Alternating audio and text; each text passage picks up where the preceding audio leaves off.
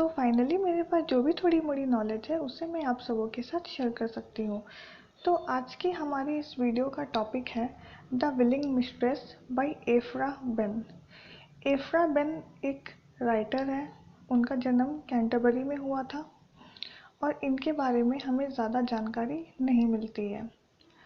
तो चलिए इस पोएम को स्टार्ट करते हैं। Amyntas led me to a grove. Grove एक ऐसा जगह होता है जहाँ पे अगल बगल में पेड़ पौधे होते हैं और वहाँ पे छाया होती है। Where all the trees did shade us, the sun itself, though it had strove. Strove का मतलब ट्राई करना, कोशिश करना होता है। It could not have betrayed us. Betray का मतलब होता है किसी का राज जान लेना। The place secured from human eyes, no other fear allows. But when the winds that gently rise, do kiss the yielding boughs. Do का मतलब यहाँ पे do do है। Boughs का मतलब ट्री का तना होता है। Down there we sat upon the moss. Moss का मतलब small plants और grasses. And did begin to play 1,000 amorous tricks to pass. Amorous का मतलब सेक्सुअल डिजायर्स को शो करना या फील करना। The heat of all the day, a many kisses he did give, and I returned the same, which made me willing to receive that which I dare not name. His charming eyes no aid required to tell their softening tale. Softening का मतलब यहाँ पे किसी को comfortable और softer feel करवाना होता है। On her that was already fired, ट्वास easy to prevail. ट्वास का मतलब यहाँ पे दैट वॉज का शॉर्ट फॉर्म है। ही डिड बट किस and claps me round. Claps का मतलब जोर से पकड़ना। Whilst those his thoughts expressed. Whilst मतलब उसी बीच में। एक्सप्रेस्ड यहाँ पे एक्सप्रेस का वर्ब है, मतलब एक्सप्रेस कर देना। And laid me gently on the ground, who can guess the rest. तो अब इस पोएम की समरी जान लेते हैं। Amantas led me to a grove, where all the trees did shade us. The sun itself, though it had strove, it could not have betrayed us. The place secured from human eyes, no other fear allows. But when the winds that gently rise, do kiss the yielding boughs. इस poem में एक लड़का और एक लड़की होते हैं। तो जो लड़की होती है वह कहती है एमेंटास। एमेंटास एक ऐसे इंसान को कहा जाता है जिसने किसी को हराया हो। तो वह कहती है कि मेरे एमेंटास, तुमने मुझे हरा दिया है, मेरा दिल जीत लिया है।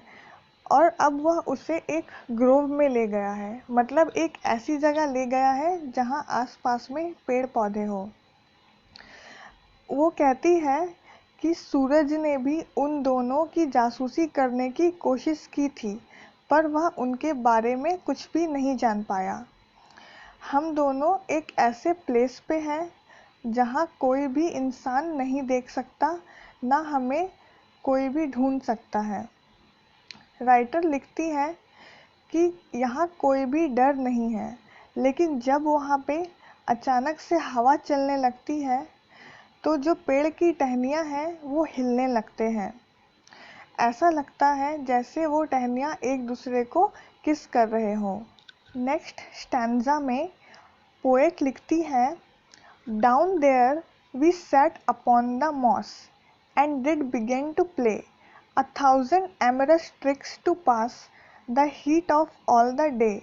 A many kisses he did give, and I returned the same, which made me willing to receive that which I dare not name. Poet यहाँ पे लिखती है कि वह लड़की और उसका जो लवर है वह दोनों घास पे बैठ जाते हैं और वह वहाँ पे एक दूसरे के साथ फ्लर्ट करना स्टार्ट कर देते हैं। वो बहुत तरीके से फ्लर्ट करते हैं एक दूसरे के साथ। उसके बाद कुछ देर के बाद वह रोमांस करना स्टार्ट कर देते हैं। उनके बीच में बहुत सारे किस होते हैं। उस लड़की और उस लड़के के बीच इतना कुछ होने के बाद उस लड़की को और भी ज़्यादा अट्रैक्शन हो जाता है उस लड़के के तरफ। उसे बहुत ज़्यादा ही वह पसंद आने लगता है और वह उससे कुछ ऐसा मांगना चाहती थी जो इस पोयम में वह नहीं लिख सकती है। एक बात यहाँ पे नोटिस करने के लायक है कि इस पूरे पोयम में एक भी डायलॉग या मोनोलॉग नहीं है। जो भी यहाँ पे हो रहा है सब बॉडी लैंग्वेज की मदद से डिस्क्राइब किया है पोएट ने। अपने नेक्स्ट लाइन्स में पोएट लिखती है, his charming eyes no aid required to tell their softening tale on her that was already fired. 'Twas easy to prevail. He did but kiss and clasp me around, whilst those his thoughts expressed, and laid me gently on the ground. Ah, who can guess the rest? इन लाइनों में poet का कहना है कि जब वह वहाँ पे एक दूसरे के साथ रोमांस करने लगते हैं तो वह लड़का उसकी तरफ देखता है। बिना बोले ही इन दोनों के बीच में बातें होने लगती है आंखों ही आंखों में। फिर वह लड़का उसे पकड़ लेता है, उसे हग कर लेता है और अपने थॉट्स को एक्सप्रेस करता है। वह अपने सारे फीलिंग्स को उस लड़की को बताने लगता है। उसके बाद वह दोनों बहुत ही पैशनेट हो जाते हैं अपने सेक्सुअल डिज़ायर्स को लेकर के। और लास्ट लाइन में पोएट लिखती है, ah who can guess the rest.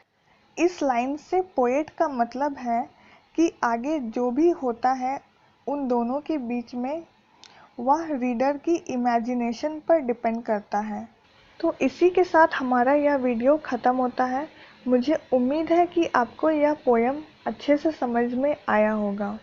इस वीडियो को एक लाइक ज़रूर करें और चैनल को ज़रूर सब्सक्राइब करें।